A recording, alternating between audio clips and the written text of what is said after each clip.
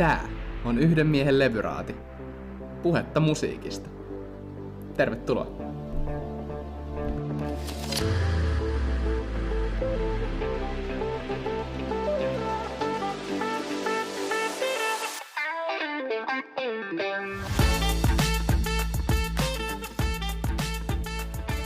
Yhden miehen levyraati on täällä jälleen.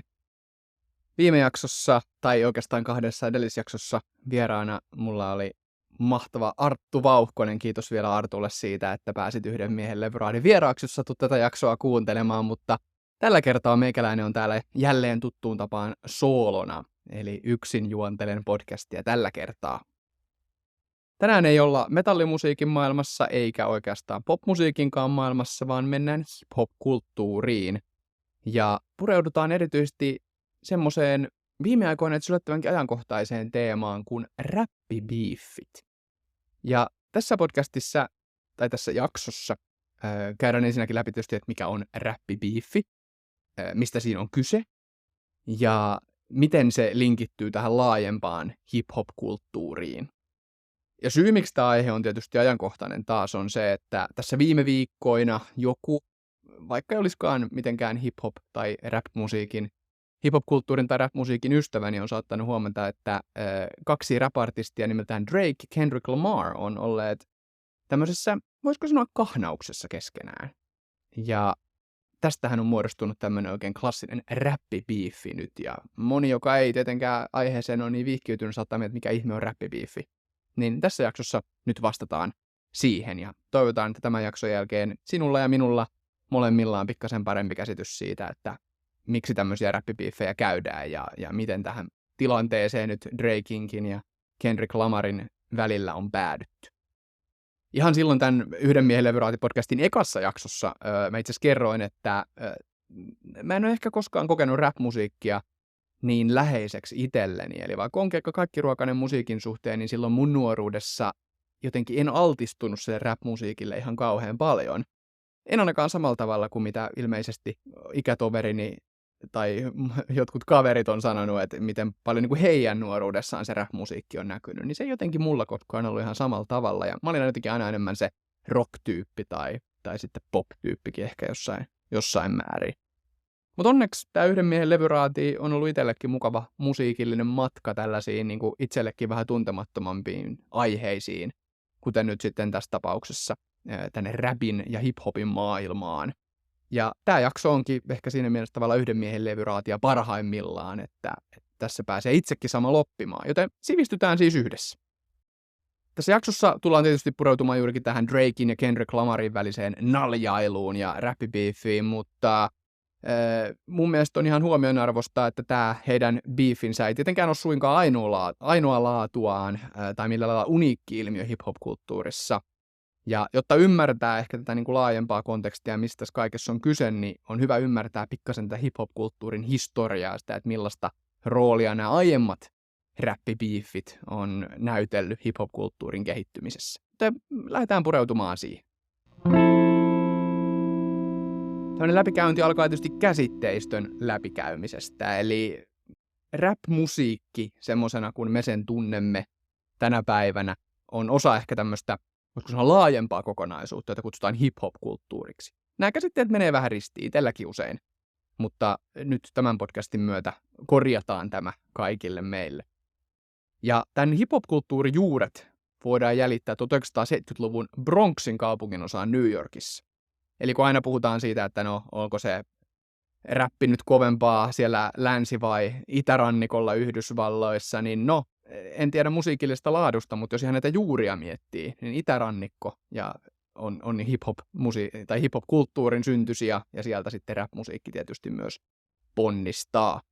Ja tähän hip-hop-kulttuuriin tietysti kuuluu rap-musiikin ohella myös muita ilmiöitä, joita voidaan listata ainakin breakdance, eli tämmöinen tanssityyli, graffitimaalaus ja sitten tietynlainen pukeutuminen ja estetiikka. Eli hip-hop-kulttuuriin kuuluu ehkä tietynlainen pukeutuminen. Ja sitten myös poliittinen aktivismi voidaan liittää osaksi hip-hop-kulttuuria. Koska hip-hop-kulttuuri on ponnistanut erityisesti sen ajan mustien ja latinojen keskuudesta, jotka oli osittain silloin ja edelleenkin yhteiskunnallisesti ehkä tämmöisessä vähän vaatimattomammassa asemassa, jos vertaa sen aikaiseen valkoiseen valtaväestöön Yhdysvalloissa, ja siitä tavallaan, siitä asetelmasta myös kumpuaa moni asia hip-hop-kulttuurissa. Jos mietitään niin kuin nimenomaan tämän rap-musiikin syntyä, niin tästä on niin kuin tietysti monenlaisia versioita ja tarinoita, mutta useimmiten se jäljitetään elokuun 11. päivää vuonna 1973.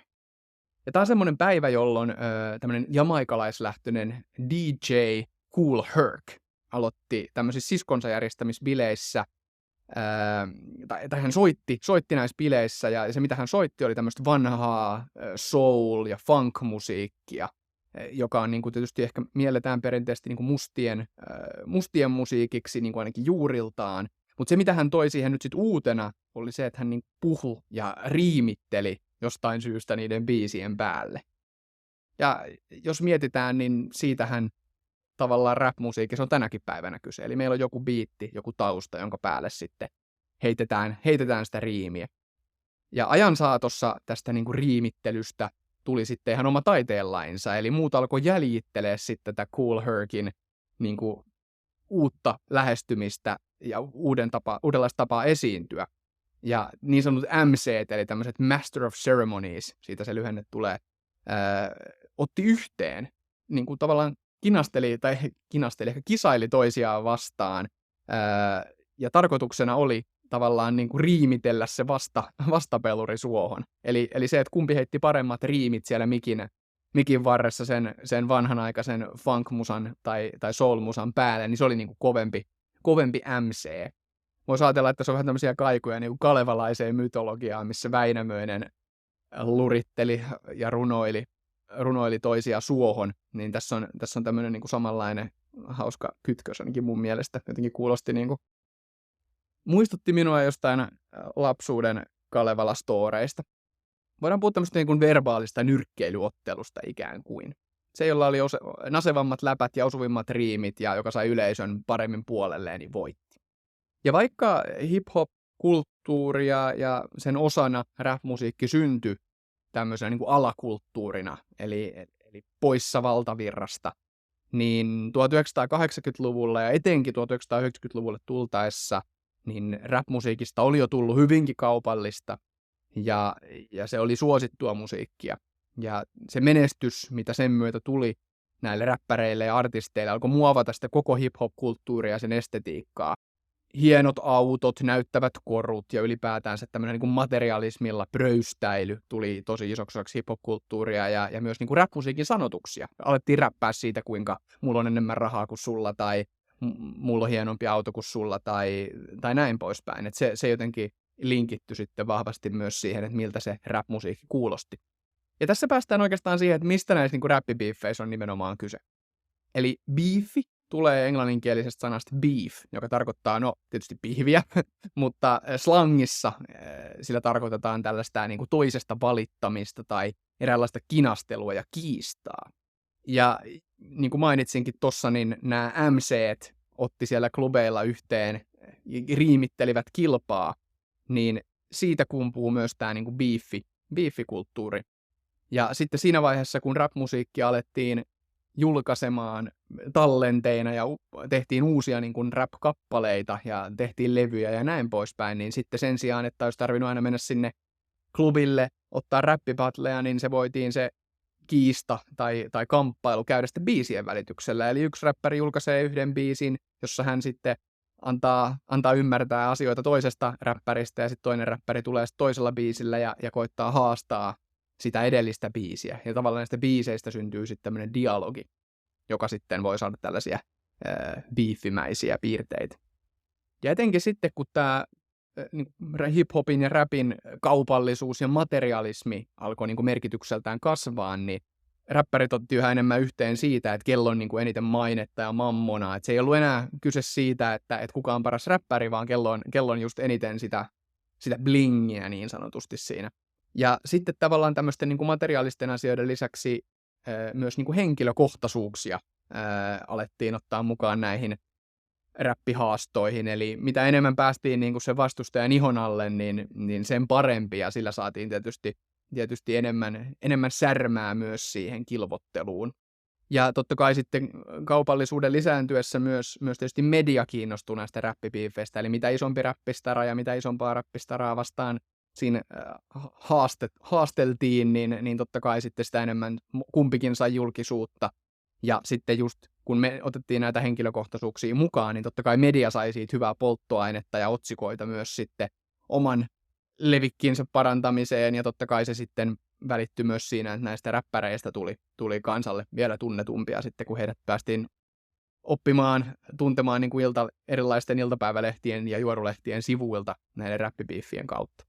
Ja totta kai, kyllähän tämmöinen suosio ja näkyvyys sitten kasvatti myös näiden artistien tilipussia, eli monesti tällaiset räppibiiffit kahden ison artistin välillä oli myös kummallekin kaupallisesti ihan merkittäviä panostuksia ja toi merkittäviä hyötyjä sitten myös heidän uralleen. Ja sitä sanotaankin, että monet artistit on myös julkaissut uransa parhaita kappaleita näiden biiffien aikana. Eli sieltä on syntynyt ihan sitten laadukasta rap-musiikkia myös sitten, kun on lähdetty kilvottelemaan sitä, että kumpi on kovempi MC.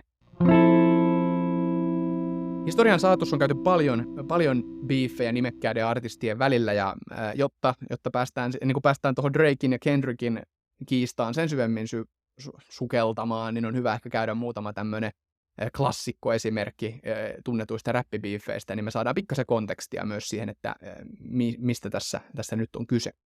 Kenties ehkä kaikkein tunnetuin ja voisi sanoa, että samalla traagisin biifi käytiin 90-luvun puolivälissä, kun Yhdysvaltojen itä- ja länsirannikon rap-piirit alkoi ottamaan yhteen.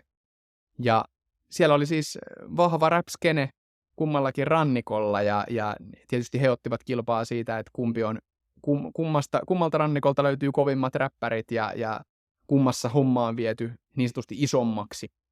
Ja se kaakka henkilöityy aika vahvasti kahteen räppäriin. Länsirannikon Death Row Records-levyyhtiötä edusti artisti nimeltä Tupac Shakur, ja sitten itärannikon Bad Boy Recordsia edusti taas puolestaan The Notorious B.I.G., eli tuttavallisemmin Biggie. Eli nämä kaksi artistia olivat sitten vähän niin kuin keulakuvia näille omille taustajoukoilleen ja edustivat sitten kumpaakin rannikkoa. Ja alun alkaen siis Tupac ja Biggie hän oli ihan ystäviä, eli he työskentelivät yhdessä ja olivat niin kuin ystäviä, mutta sitten erinäisten vaiheiden ja kaikenlaisten hämärien käänteiden seurauksena he päätyi tukkanuottasille keskenään ja osaksi tätä isompaa kiistaa näiden kahden rannikon ja levyyhtiöiden välillä. Ja toki sitten tässä vaiheessa, kun hip-hop oli saavuttanut jo kaupallista menestystä ja sitä rahaa oli, niin valitettavasti sitten lieveilmiönä siihen koko soppaan alkoi liittyä myös aika paljon huumeita, ja myös aseet tuli osaksi tällaista rap- ja hip-hop-estetiikkaa, eli oli ihan ok leveillä sillä, että on autoja ja aseita ja huumeita, mikä ehkä tänä päivänäkin silleen stereotyyppisesti yhdistetään tämmöiseen amerikkalaiseen gangstaräppiin ja siihen niin kuin pullisteluun ja machoiluun ja egoiluun, mitä ehkä niin kuin jotenkin edelleen mielletään osaksi tätä alakulttuuria. Tai voiko puhua edes enää alakulttuurista, kun rap on jo niin mainstreamia, mutta tuolta se kumpuaa kuitenkin. Ja tietysti tämä sitten johti siihen, että tämmöistä niin kuin keskinäistä kilvottelua ei tehty enää pelkästään sen lyriikan kautta, vaan siihen tuli sitten muita mittareita ja muita työkaluja tähän dominanssin osoittamiseen. Mutta kyllä edelleenkin kahden rap-artistin välillä käytiin nokittelua myös ihan biisienkin välityksellä, mikä kuuluu tähän biifikulttuuriin. Ja tämä kiistan ehkä yksi merkittävimpiä biisejä on Biggien julkaisema kappale Who Shot Ya. Tällä Biggin uskotaan viitanneen tämmöiseen New Yorkissa sattuneeseen ampumavälikohtaukseen, jossa Tupac Shakur oli uhrina, mutta selvisi siitä nipin napin. Ja Tupac itse epäili, että Biggie oli vähintäänkin tietoinen tai jopa osallinen tähän ammuskelun valmisteluun, joten sitten hän ajatteli näin, että tämä Who Shot Ya -biisi oli eräänlainen vahvistus siitä, että Biggillä oli ehkä jonkunlaista osuutta tähän ampumiseen, vaikkei hän koskaan sitä tietenkään tunnustanut, eikä tästä niin kuin lopulta saatu selvyyttä, että oliko Biggillä nyt sitten roolia tässä Tupacin ampumisessa vai ei. Ja sitten Tupac vastasi tähän Biggin biisiin omalla biisillään Hit Them Up, ja tämä meni nyt sarjassa sinne vyön alle osastoon, eli tässä biisissä sitten Tupac väitti että hän oli maannut Bigin vaimon Faith Evansin kanssa, mikä tietysti on aika harmillinen tilanne Bigin kannalta, mutta Evans itse kielsi tämän väitteen ja sanoi, että hänellä ei ole tällaista kanssakäymistä ollut Tupac Shakurin kanssa, eli tämäkin jää nyt sitten avoimeksi, että miten tässä oikeasti oli käynyt. Mutta se, mikä tästä tapauksesta nyt sitten tekee hyvin traagisen, oli se, että tämä beef johti lopulta kummankin näiden artistien kuolemaan. Eli Tupacia oli ammuttu jo aikaisemmin, mutta siitä hän oli selvinnyt, mutta seuraavasta kerrasta hän ei enää selvinnyt, vaan Tupac ammuttiin autoonsa Las Vegasissa 7.9.1996, ja sitten hän kuoli näihin saamiinsa vammoihin 6 päivää myöhemmin, 13.9.1996. Ja tekijöiksi tietysti epäillään näitä vastapuolen Bigin kannattajia ja näitä niinku toisen rannikon rap-piirien edustajia. Mutta tähänkään ei ole tekijää koskaan saatu kiinni, eikä tätä rikosta ole saatu selvitettyä. No, sitten joitain kuukausia myöhemmin, tarkemmin sanottuna 9.3.1997, niin Biggie itse koki myös sit samanlaisen kohtalon, niin hänetkin sitten surmattiin ampumalla, ja hän kuoli saamiinsa vammoihin sitten saman tien. Ja tätäkään tapausta ei ole saatu selvitettyä, eli ei ole tiedossa, että kuka tämän takana oli, mutta voimme tietysti arvailla, että tämä on saattanut olla jonkinlainen kostotoimenpide sitten liittyen tähän Tupacin surmaan. Mutta valitettavasti molemmat kuoli hyvin nuorena, reilu parikymppisinä, mikä on tietysti harmillinen juttu. Olisi ollut hienoa varmasti nähdä, minkälaisia uria kumpikin olisi tehnyt, ja ehkä osittain sitten kuitenkin tämän kuoleman kautta he on molemmat noussut tämmöiseen legendaariseen asemaan, kun puhutaan rap-musiikista, niin aika usein sitten Bigin ja Tupacin nimet nousevat esiin siinä keskustelussa. Mutta biiffejä on muitakin, ja eräs toinen aika tunnettu biiffi käytiin niin ikään kahden suuren räppärin välillä, eli Jay-Z ja Nas. Ja samoin kuin Tupacin ja Bigin tapauksessa, niin myös Jay-Z ja Nas oli alun perin ystäviä ja teki musiikkiakin yhdessä tuolla New Yorkin rap-ympyröissä, eli he oli molemmat sitten itärannikon kasvatteja.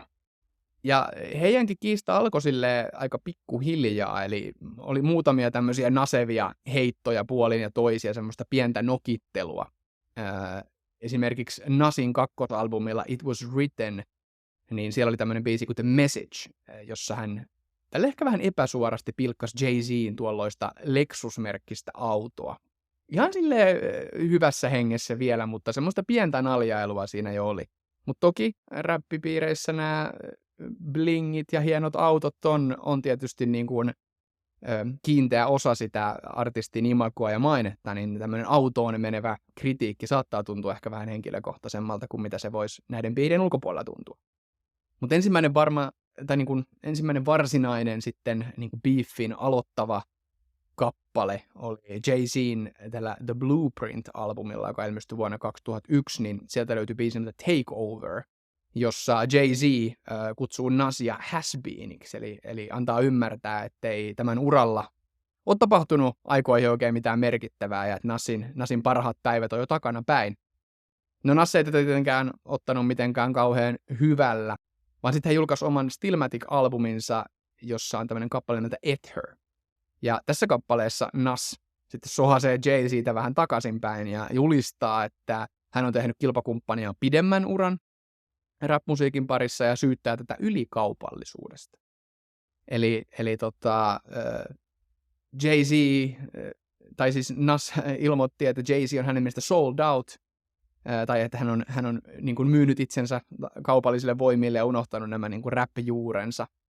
Ja samaa hengenvetoon Nas myös kutsuu Jay-Ztä misogynistiksi, eli tämmöiseksi vähän niin kuin naisvihaajaksi, ja kyseenalaistaa Jay-Zin taidot räppärinä. Eli siinä mennään jo aika sitten niin kuin syvään päähän ja lauotaan kovilla.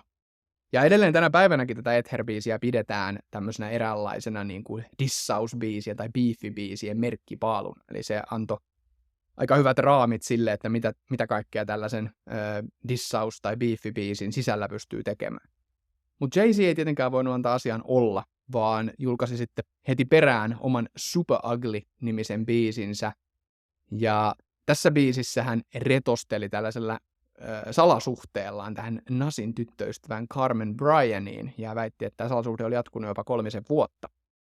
Ja toi biisin sisältö oli kyllä aika alatyylistä kaiken kaikkiaan, ja se meni jopa siihen pisteeseen, Jay-Zin äiti joutui tämän biisin radiossa kuultuaan soittamaan sinne kanavalle ja vaati siellä suorassa lähetyksessä, että hänen poikansa pitää siistiä suunsa ja pyytää Nasilta ja tämän lähipiiriltä anteeksi. Eli siihen pisteeseen mentiin, että Jay-Zin äiti jopa joutui hyppäämään väliin.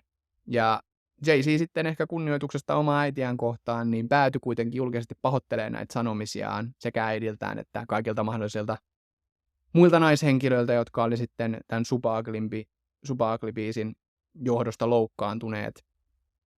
Ja kuitenkin tämä räppäreiden nahistelu tästä anteeksipyynnöstä huolimatta jatkuu vielä muutaman biisin verran, mutta ei enää ihan samalla volyymilla kuin Etherin ja Super Uglyn aikoihin, eli semmoista vähän kevyempää naljailua sitten siitä eteenpäin. Ja tilanne meni jopa siihen, että 4 vuotta myöhemmin, eli vuonna 2005, niin kumpainenkin räppäri päätti haudata sotakirveensä ja he nousi jopa yhdessä lavalle. Oli menossa tämmöinen Jay-Zin I Declare War-niminen kiertue, joka vaikka vihjaakin siihen, että nyt käydään sotaa, niin toimikin sitten lopulta tämmöisenä rauhantyyssijänä näiden 2 räppärin välillä. Eli Jay-Zin kiertueen New Jerseyn konsertissa, niin siellä kaverukset tai entiset riitapukarit nousi yhdessä lavalle ja esitti yhdessä muutaman kappaleen ja julistivat yhteen ääneen, että nyt on riidat takana päin ja tää oli tässä. Ja nyt voidaan olla, jos ei nyt ystäviä, niin ei ainakaan vihamiehiä. Ja jopa päästiin siihen pisteeseen, että Nas vaihtoi levyyhtiötä ja siirtyi tähän Jay-Zin johtamaan Def Jam Records-levyyhtiön listoille. Eli hänestä tuli sitten Jay-Zin tallin artisti ja he julkaisivat sitten jopa musiikkia yhdessä. Eli sen verran sitten tästä niin kuin kiistasta päästiin yli. Ja tämä on ehkä myös osoitus tavallaan siitä, että sitten kuitenkin näissä beefeissä on se tietty kaupallinen puoli, eli vaikka julkisesti ollaan tukkanuotta, sillä kerätään huomiota paljon, niin sitten kuitenkin jälkikäteen voidaan tehdä yhdessä musiikkia, ja toisaalta se toimii tavallaan, tai sillä tavalla voidaan ehkä sitten kaupallisesti valjastaa sen beefin hedelmiä kummankin artistin käyttöön, eli tässä heillä oli ehkä sitten business-vainua Nasilla ja Jay-Zillä, että hei, että tämän kiistan päätteeksi, kun tehdään yhdessä musiikkia, niin sillä on sitten, sillä voi saada hyvät myynnit. Muitakin aika kuuluisia biiffejä löytyy, muun muassa Eazy-Ein ja Dr. Dre välinen kiista. 50 Cent ja Ja Rule on ottanut yhteen aikanaan isosti.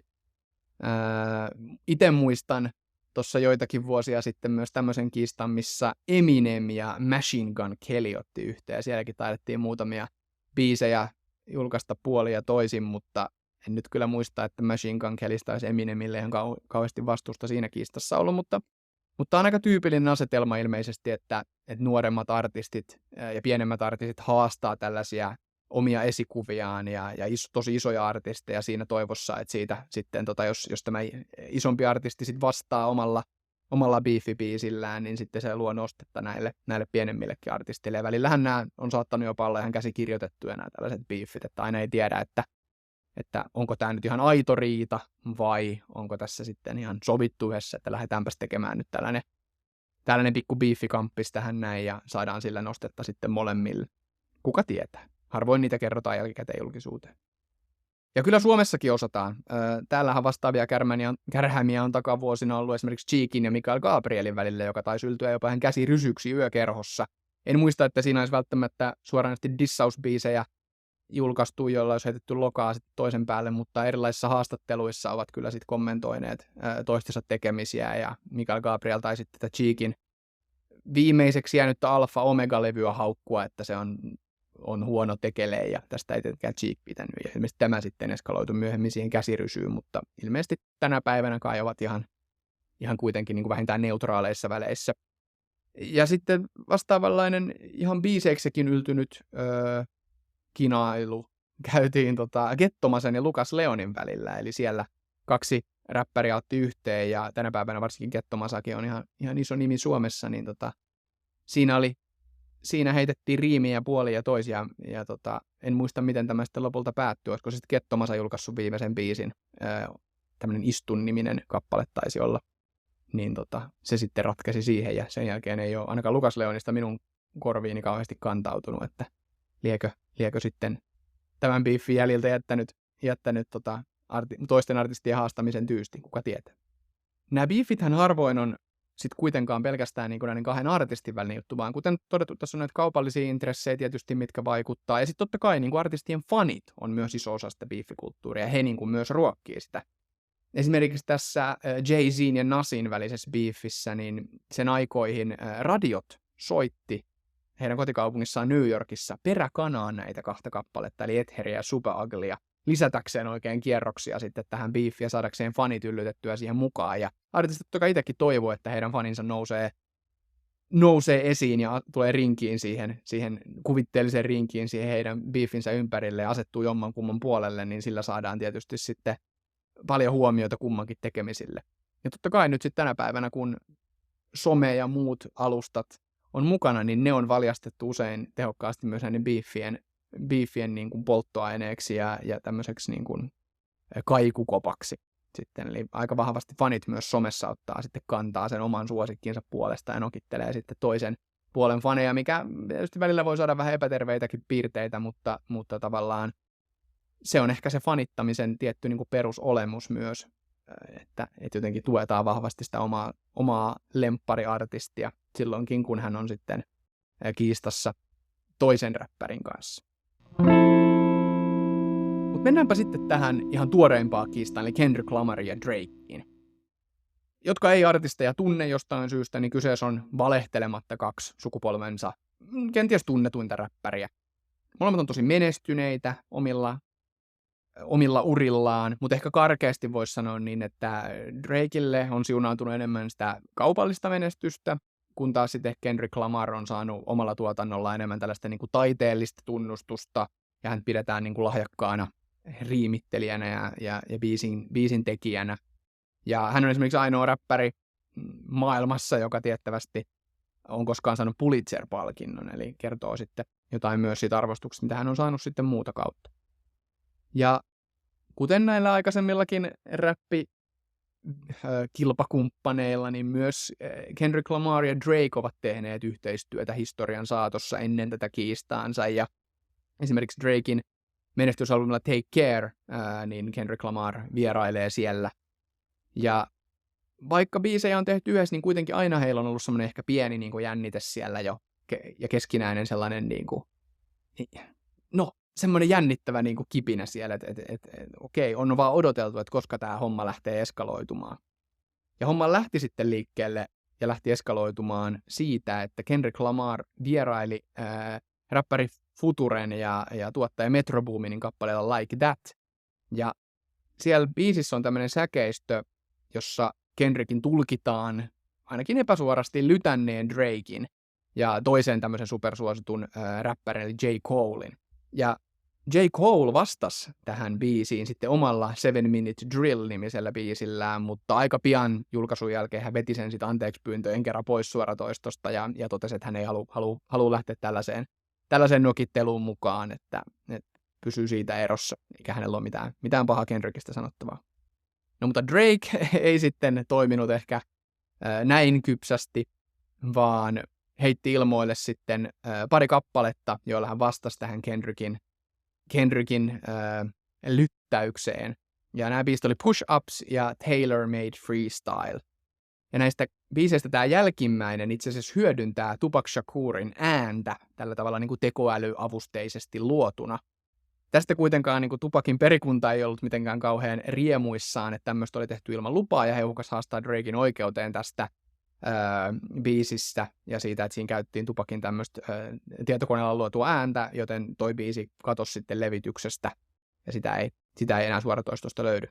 No, biisiä ruvettiin ampumaan puolin ja toisin, ja nyt tähän päivään mennessä niin 10 biisiä yhteensä on julkaistu näiden artistien, eli Draken ja Kendrick Lamarin välillä. Ja rajuimman iskun teki Draken Family Matters-kappale, jossa tämä antaa ymmärtää, että Lamar olisi syyllistynyt lähisuhdeväkivaltaan, eli olisi pahoinpidellyt jotain perheenjäsentää. Ja heti tähän biisiin, kun tämä oli tullut, niin samana päivänä, eli 3.5. toukokuun alussa, niin Lamar vastasi biisillä Meet the Grahams, jos tämä väittää sitten puolestaan Draken syyllistyneen seksuaalirikoksiin, ja julkaisi vielä heti perään biisin nimen Not Like Us, jossa sitten hän jopa meni niin pitkälle, että kutsui Drakea pedofiiliksi, mikä on jo todella kova syytös. Vastaavasti sitten Drake vastasi näihin Lamarin syytöksiin vielä omalla The Heart Part 6 biisillä ja pyrki siinä sitten mitätöimään näitä Lamarin väitteitä ja tavallaan kumoamaan niitä syytöksiä, mitä häntä kohtaan oli esitetty. Voisi sanoa, että tämä Draken ja Kendrick Lamarin välinen kiista on mennyt aika henkilökohtaiseksi ja aika alatyyliseksi. Ja tuntuu, että monet ehkä pitää Lamaria tässä nyt, että hän on niin kuin niskan päällä. No, tietysti hän on taitava räppäri, mutta sitten tosi moni on myös sanonut, että tämä on Kendrickiltä itse aika jotenkin sinänsä odottamaton veto, koska hänet on tunnettu aikoinaan aika tämmöisen niin kuin laatutietoisena tyyppinä, joka harkitsee tarkasti, mitä hän julkaisee, ja ne levykokonaisuudet, mitä hänelle tulee, on niin kuin tosi mietittyjä ja harkittuja, niin sitten yhtäkkiä hän syytääkin ulos tämmöisiä 2 markan dissausbiisejä, joissa sitten vähän niin kuin vajoo alas, ja sinne niin kuin tavallaan semmoiselle tasolle, missä hän ei ehkä ennen sitten ole ollut samalla lailla. No mitä hyötyä tästä on kelle? No, tähän ehkä pätee samat lainalaisuudet kuin näihin muihinkin räppibiiffeihin, eli huomio. Molemmat on artisteja, jotka on ollut tosi isoja, ovat toki sitä edelleen, mutta molemmat on ehkä oman uransa kohdalla vähän tämmöisessä suvantovaiheessa, eli niistä kaikkein isoimmista biiseistä ja julkaisusta alkaa olla jo hetki. Ja vaikka ehkä voisi ajatella, että tämä tällä hetkellä hyödyttää erityisesti Drakea, jonka ura on ollut jo jonkun aikaa niin kuin laskusuhdanteessa, ja niistä huippubiiseistä alkaa olla jo vähän ehkä pidempikin aika, niin totta kai myös tämä vaikuttaa Kendrick Lamarin suosioon ja siihen, että miten paljon hänestä puhutaan tuolla turuilla ja toreilla niin sanotusti. Ja vaikka tämä kiista on saanut tämmöisiä tosi alatyylisiä ja aika ikäviäkin piirteitä, niin on ainakin teoriassa mahdollista, että tässä olisi tämmöinen sovittu ja suunniteltu juttu, jonka päätteeksi lopulta sitten nämä räppärit päätyy esimerkiksi julkaisee yhteisen biisin tai levyn tai jopa kiertueen, jolla he sitten kapitalisoisi tämän kohulla aikaan saadun huomion. Ja tämä ei olisi räpistä tietenkään mitenkään poikkeuksellista, koska niin kuin tuossa Jay-Zin ja Nasin välisessä kiistassakin huomattiin, niin kyllähän hekin osasi sitten hyödyntää sen kiistan kaupallisen potentiaalin, kun alkoivat sitten, tai lyöttäytyivät yhteen saman levyyhtiön alle ja julkaisivat sitten yhteisiä kappaleita ja näin poispäin. Et on tässä aina tämä potentiaali, mutta ottaen nyt sitten kuitenkin huomioon, kuinka pitkään Drake ja Kendrick Lamar on ainakin niin kuin jollain tasolla olleet tukkanuotteisella, että kuinka kuitenkin erityyppisiä räppäreitä he on ja miten erilaisista lähtökohdista tulee. Kendrick Lamar on siis kotoisin Comptonista, tämmöiseltä hyvin, sanotaanko vähäosaiselta alueelta Yhdysvalloista, kun taas Drake on tämmöistä hyvin keskiluokkaisesta perheestä Kanadasta. Niin lähtökohdat on aika erilaiset, heidän musiikki on aika erilaista, siinä missä Drake nojaa enemmän tämmöiseen niin kuin moderniin melodiseen R&B:ihin ja niihin vaikutteisiin, mitä hän on sitten tuonut oman musiikkiinsa, niin Kendrick on sitten taas tämmöistä vähän ehkä old schoolimpaa, juurilleen uskollisempaa jotenkin rap-musiikkia, niin jotenkin musta tuntuu, että he on kulkenut aika eri latuja tähänkin asti, niin olisi aika jopa yllättävää, että he nyt sitten tämän kiistan myötä jotenkin löytäisivätkin toisensa ja tekisivät musiikillista yhteistyötä. Vaikka toki sitä on heillä historiassa ollut, mutta jotenkin en tiedä. Nähtäväksi jää. Voi olla, että tämä on ihan savuverhovaa ja lopulta tästä tulee jotain yhteisprokkista, mutta aika näyttää. Ja niin kuin, ehkä jotenkin omasta puolesta täytyy sanoa, että mulla on jotenkin tosi aika vaikea ollut ymmärtää, että miksi aikuisten miesten tarvii nokitella toisilleen ja heittää tuollaista niin kuin alatyylistä läppää ja jotenkin niin kuin nälviä toisiaan, mutta toisaalta sitten kun miettii tätä hip-hop-kulttuurihistoriaa, niin kyllähän tuommoinen kilvottelu, vertailu ja jotenkin toisesta mittaa ottaminen on ollut tietyllä tavalla alusta asti osa sitä kulttuuria. Jos mietitään sitä, niin mistä tämä kaikki lähti liikkeelle, eli sieltä niistä MC:iden välisistä otteluista, niin kyllähän tämä on tavallaan sen kehityksen eräänlainen niin kuin huipentuma, että 2 tuommoista isoa maailman tähteä tykittelee toisilleen biisejä ja sitten käy sitä niin kuin kamppailua isojen fanilaumojen keskellä sosiaalisessa mediassa ja julkisesti ja näin, niin kyllähän toi on niin kuin hyvin johdonmukaista, jos miettii tätä historiaa.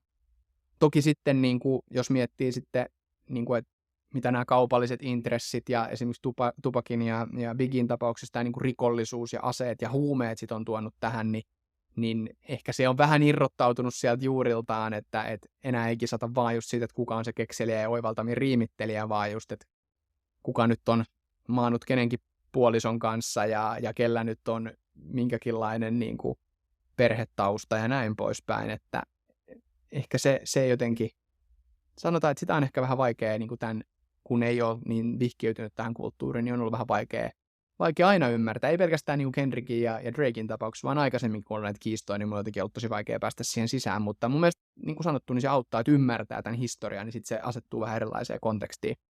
Olisi jotenkin kiva ehkä niin kuin teiltäkin, rakkaat kuulijat, kuulla, että mikä teidän suhtautuminen on näihin räppibiiffeihin, tai laittakaa palautetta, että mitkä on teidän mielestä ehkä ikonisimmat räppibattlet, mitkä te itse muistatte. Musta tuntuu, että monet nostaisi Tupacin ja Biggin kamppailun sinne niin kuin hyvin kärkikahinoihin, mutta onhan tuolla toki muitakin, ja varmasti tässä jaksossa jäi todella monta mainitsematta, ja jätin ihan tarkoituksellakin, koska siihen olisi mennyt jakso, jos toinenkin, kun niitä olisi otettu käymään, että keskityttiin nyt vaan näihin muutamaan esimerkkitapaukseen.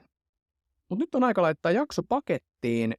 Tässä oli tämmöinen nopea läpikatsaus rap-beefien historiaan ja vielä vähän syvemmin tuohon Draken ja Kendrick Lamarin väliseen kiistaan, jotta tekin, jotka ette ole niin tiukasti seurannut tätä, niin pääsette kärrylle siitä, että mitä näiden otsikoiden taakse kätkeytyy ja mistä tämä kiista kumpuaa. Tämä on tämän kauden, eli Yhden miehen levyraadin ensimmäisen tuotantokauden toisiksi viimeinen jakso.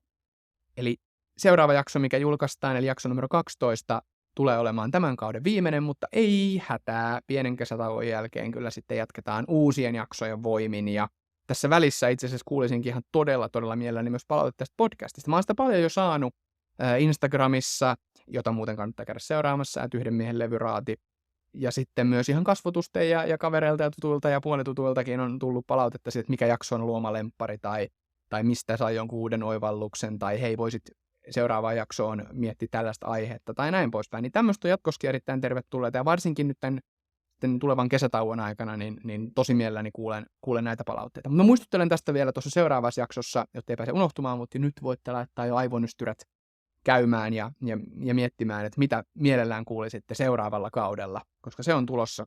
Mutta tässä kohtaa iso kiitos kaikille kuulijoille. Kuullaan seuraavan jakson parissa ja moikka!